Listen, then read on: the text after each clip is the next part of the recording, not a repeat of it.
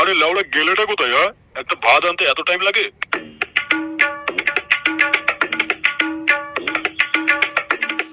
কি আজকেরও লাউড়া ডাল? এই তোমার রোজ রোজ ডাল খেতে খেতে গাঁড়ের বাল সব ঝরে পড়ে যাবে দেখছি। এই লাউড়া ডাল ছাড়া কি আর অন্য কিছু রান্না করতে পারো না?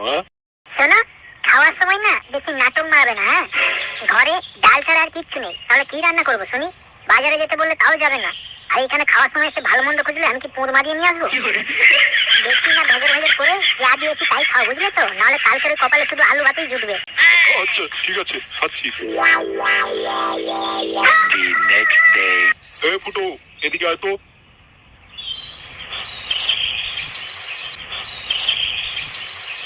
ঠিক আছে, ডাকছো কেন? এই নে। ধন্যবাদ বাবা। এতে আবার লাউড়া ধন্যবাদের কি আছে? বাজারে যা, গিয়ে 1 কেজি মাংস নিয়ে আয়। ও, এটা মাংস কেনার টাকা? লাউড়া আগে বলবে তো, আমি ভাবলাম আমাকে হাত খরচা দিয়েছো। হ্যাঁ, চোদনা আবার নাকি হাত খরচা নিচ্ছে? এই বাপের হোটেলে বসে বসে খাচ্ছি, এটাই অনেক। যা যা, আর দেরি করিস না। কালকের লাউড়া আমাকে খাওয়ার খোঁটা দেওয়া না, দেখবো আজকের মাংস ভাত কতটা গাঁড়ে ভরতে পারে।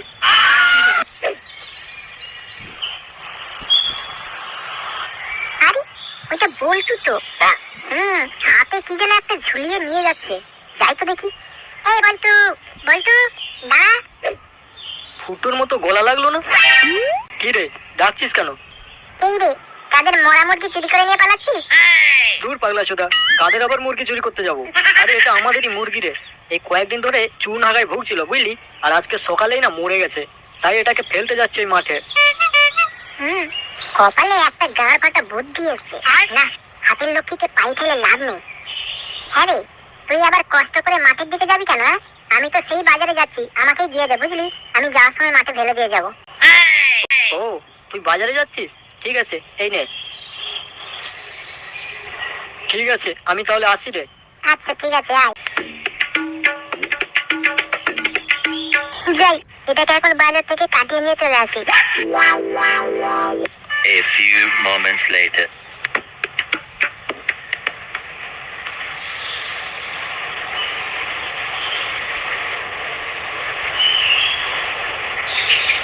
এই না বাবা, মাংস নিয়ে চলে এসেছি। আমি নিয়ে কি করবো শুনি? এই কাঁচা অবস্থায় খাবো? যা রান্নাঘরে মাছ এদিকে আয়।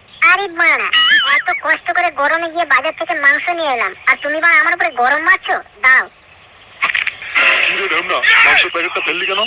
টেস্ট করেছি ফেলেছি, আমাকে গরম দেখানো? হ্যাঁ আচ্ছা আচ্ছা, গাঁড়ে খুব রস হয়েছে না, দুপুরবেলা খেতে আসিস, দেখবি কিরকম পোকাটা মারবো। হ্যাঁ, ছিঁড়ে আর বোঝা বেরোবো। আরে দুপুরবেলা আসিস, দেখাবো কত ধানে কত চাল হয়। শুয়োরের বাচ্চাটার দিন দিন বড্ড গাঁড়ে রস হয়ে যাচ্ছে, আজকের একটা ব্যবস্থা করতে হবে। গিন্নি, ও গিন্নি। বলো। এই নাও। কি আছে এতে? কালকের আমাকে খুব বলেছিলে না আমি কিপটে, ওই জন্য আজকে তোমার জন্য মাংস নিয়ে এসেছি গো। যাও এখন গিয়ে একটু জমিয়ে রান্না করো কেমন? আর বেশি ঝোল করবে না, একটু গাঢ় গাঢ় করবে। আচ্ছা। আজকে দুপুরের খাওয়াটা বেশ জমিয়েই হবে।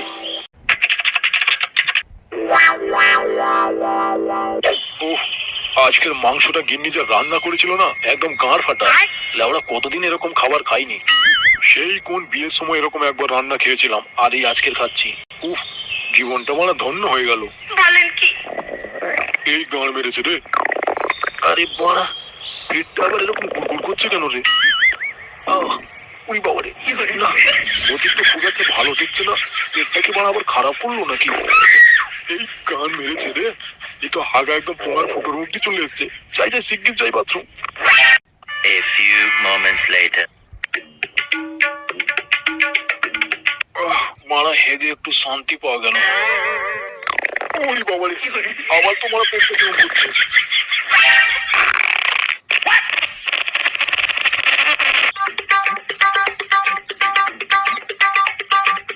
ও মাগো, লাউলা এরকম হাগা তো আমার জন্ম থেকে আজ অব্দি হয়নি।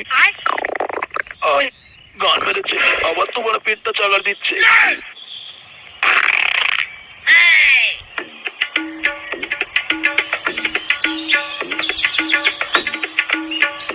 কি কি গো, এতবার করে বাথরুমে যাচ্ছ, তোমার কি পেট খারাপ হয়েছে নাকি? লাউড়া কি সব বাল চাল দিয়ে রান্না করো, মা খেয়ে দিয়ে লোকের গান মারা হয়ে যাচ্ছে।